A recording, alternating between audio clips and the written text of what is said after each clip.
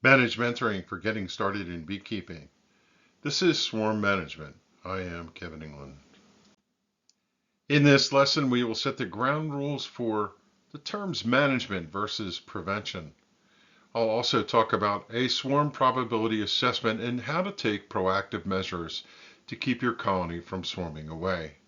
To close the lesson, we will step through some swarm management techniques and tactics. For this program, we're going to set a little ground rules on terminology. In the industry at large, and when people talk about a colony swarming, they use the word colony prevention, colony management, and other terms interchangeably. For this courseware, we're going to give a small definition just so you understand what the goal is. This lesson is about swarm management. It's proactive steps that you take to keep your hive from swarming. In the context of prevention for this courseware, it means that a colony has activities underway that they are going to swarm and you are going to do something to stop it. Following the previous slide, note that this lesson is about management. We will talk about the prevention tactics you can employ to keep a hive from swarming away when it has things in motion in the next lesson. Following the previous lesson of swarm basics, biologically drones are a requirement for fertilizing virgin queens. A colony will not cast off a swarm without drones present, as that would jeopardize the future feasibility of the colony if the virgin queen could not get mated. As noted in a previous lesson, colony state's a factor in swarming. In order to swarm, a colony needs resources, bees, and as we just established, drones. Add in a charged queen cell and you have all the requisite requirements. Still, a colony that is coming out of winter with a small population is one that does not have a lot of bees, and therefore it most likely will not turn to swarming. They will instead work to build the population and strive to get to a swarming makeup, a state where they can cast off a swarm later in the season if they can reach their goal. As noted, the colony on the left is not likely to be a candidate for swarm management, and you could focus on building them up instead. When it comes to swarm management, there are a wide number of approaches that one can take. As we move through this lesson, we'll share some of the more common approaches and give you a direct recommendation for how to perform the most basic of swarm management. One of the first management techniques to consider is referred to by the name of checkerboarding. The premise of this technique is to relieve congestion in both the storage area and somewhat in the brood nest. The technique is centered upon relieving congestion in the honey storage area above the brood nest in the top box. You add a box and then move every other frame in the honey storage area up, which opens the original box of the storage area and relieves congestion in the time when the nectar flow is going to bring in a lot of resources. One additional measure that you might perform with this technique is to provide an upper entrance so that bees do not have to come through the brood nest to access the upper boxes. The opportunity for this approach can be used on more than one occasion. There are times when you can use the same technique to both relieve congestion and entice bees to come up into a box that's placed above the honey super that you've added previously. Now, many beekeepers, if they're having a good year, opt to harvest honey instead of placing boxes up high. They know the wisdom when it comes to pulling down heavy boxes from eye level or higher, but you can entice bees to go up into higher boxes by performing a second checkerboard later in the season. One quick aside about the term checkerboarding as devised by the late Walter Wright. Walter came up with this concept, and specifically in his papers, he described that this is a technique for opening up the honey dome and resource area, especially in the context of the nectar flow. Nowadays, when beekeepers talk about moving every other frame up, even in the brood nest, They sometimes give it the moniker checkerboarding, which is incorrect. If you hear someone discussing swarm management techniques and using the word checkerboarding, make sure that you follow the context of what they're talking about and whether they're using the term correctly. If they're discussing making space in the honeydome, then they're checkerboarding. If it's not movement of resources, it's actually some other technique. Case in point, looking at this photo, there's a slight distinction between the slide shown previously for checkerboarding. This is an example of opening up the brood nest. Unlike the previous slide, which depicted the top box full of honey reserves, this colony is occupying both boxes, the bottom deep and the top deep. And to relieve congestion, you would add an additional box and move every other brood frame into the top box. This is going to create what's referred to as a 3-deep chamber. Sometimes when you have a colony that is just booming, you may have no choice but to provide additional space for the colony to occupy, and opening up the brood chamber is how you do it. An alternative to opening up the brood nest by moving every other frame is to perform a pyramid or pyramid up. As the picture demonstrates, the premise here is that the left hive is full of bees, and when you add a new box, you would move multiple frames from the top box of the crowded stack to the new box and place them in the center. The pyramid shape centers the bees to within the center of the equipment and opens up the outside frames for storage at a critical time when the nectar flow is in full swing.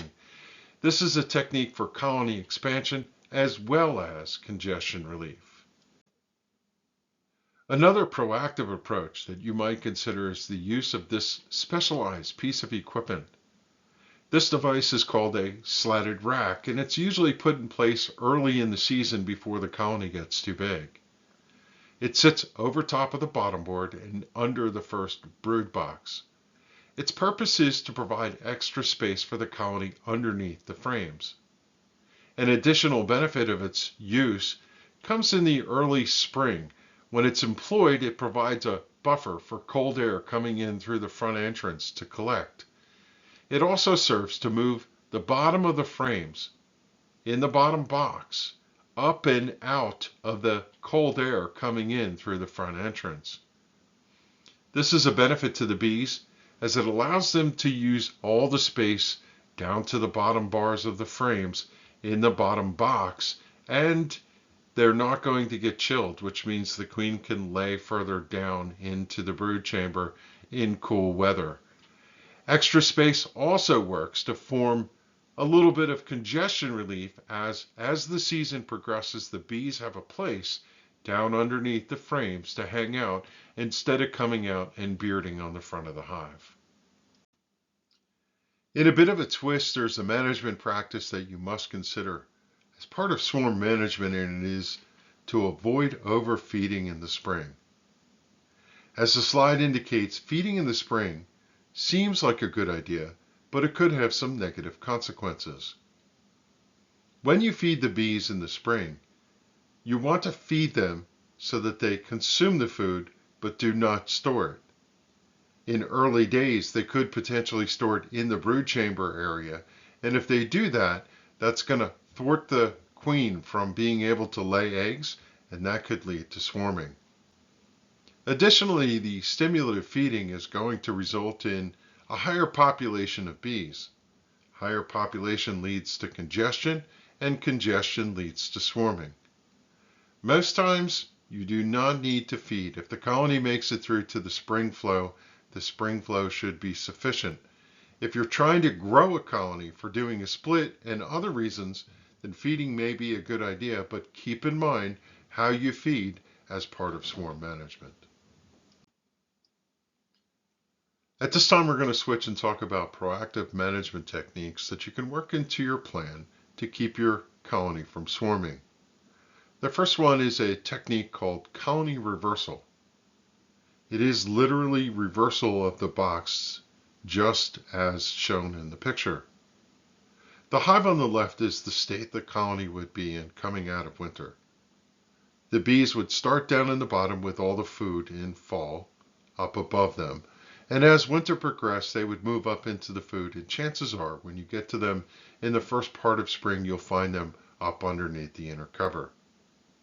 The technique here is to simply take that box where the bees are. When it gets warm enough, 45 degrees or higher in the springtime, and the bees are operational and not on the cluster, to move it over the bottom board and take the empty box below and put it on top. This restores the quote-unquote natural order of the bees, as it provides them plenty of storage space for the nectar flow to come, and they like to place their reserves right above the brood nest. One word of caution about the reversal technique is that you should not do it if you're splitting the brood nest into two parts. In the scenario here, the box on the left is the hive coming out of winter, and the colony has maintained such a large size that it spans the two boxes. If you split it, you would end up with what occurs on the right side in the top image, and you do not want to divide the brood nest. The better course of action is let them be. They will continue to push down into the bottom box and occupy the cavity, and they will create a honey dome over top of the brood nest. This is a colony where you should be careful to ensure that you put honey supers on early, as a large colony will fill the space rather quickly when the nectar flow starts. If you follow the program recommendation, we say you should start with 2 hives or more, ideally 2. If you find coming out of winter that the status of your colonies differs, one of them might be really small and the other one might be booming, you could perform a swarm management technique called equalization. It's a swarm management technique because you're going to take some resources out of the booming hive and relieve it of some of its energy that could lead it to swarm early. You can pull resources, honey frames and such, out, shake the bees off, and place them in the small colony. In addition, you can pull out brood frames with nurse bees on them and change it into the small colony, and it will be readily accepted because nurse bees are loyal to the brood and do not provide conflict when you swap them between hives. Now, one key thing in this technique of equalization is make sure you do not transfer the queen from the booming colony into the small one, as you'll create problems in both colonies. One of the most common suggestions for swarm management is to give more space.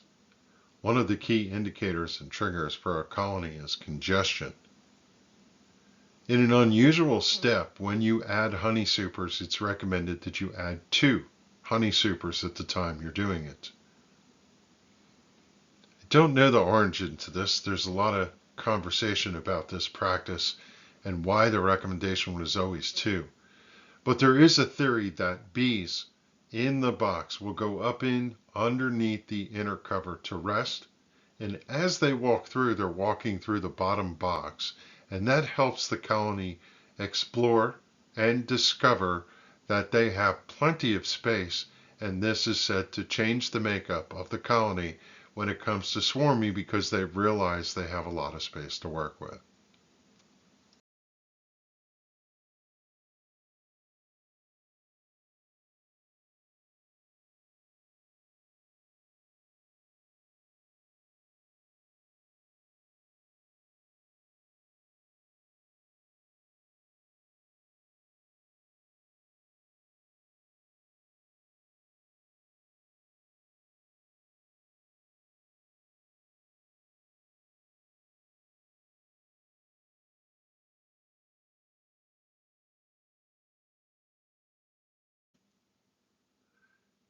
In this slide, we're going to show you the traditional method for performing swarm management.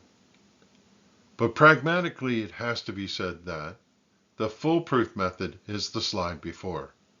Performing a split is the one way that you can prevent a colony from swarming. It basically beats them to the punch. The one thing to say about that, in the guise of the beekeeper, Some people don't know how to perform a split, they don't have extra equipment, and they don't want more bees. That's understood, so the traditional method is to do what's depicted here. Provide excess space for the brood nest, so there's no pressure there, and provide as much storage space as the bees could use. Make note that somewhere along the season you may have so much honey that you may want to harvest the honey off to continue to provide space. Now, the one thing about this traditional method is that it's somewhat flawed.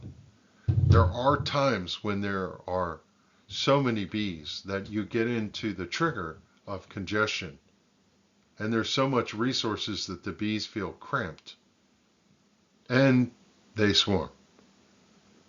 No matter what you do, as much space as you can provide them, they may potentially still swarm. This is why somewhere along the line, sometimes beekeepers pull a split, and then they will eventually, coming back to splits, recombine it. You could try this method and know that you may still see your hive swarm, but this is the traditional method.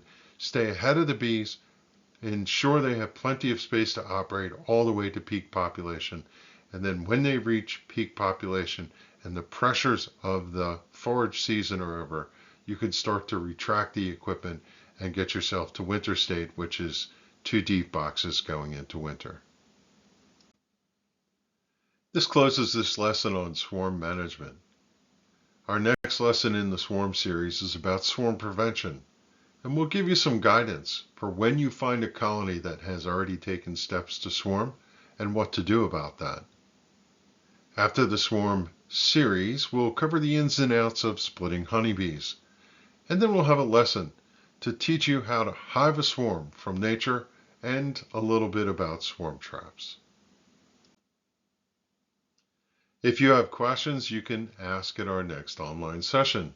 You can also send an email to the address on the slide. If you're watching from YouTube, you can leave a comment below. Thanks for watching, and we'll catch you at the next lesson.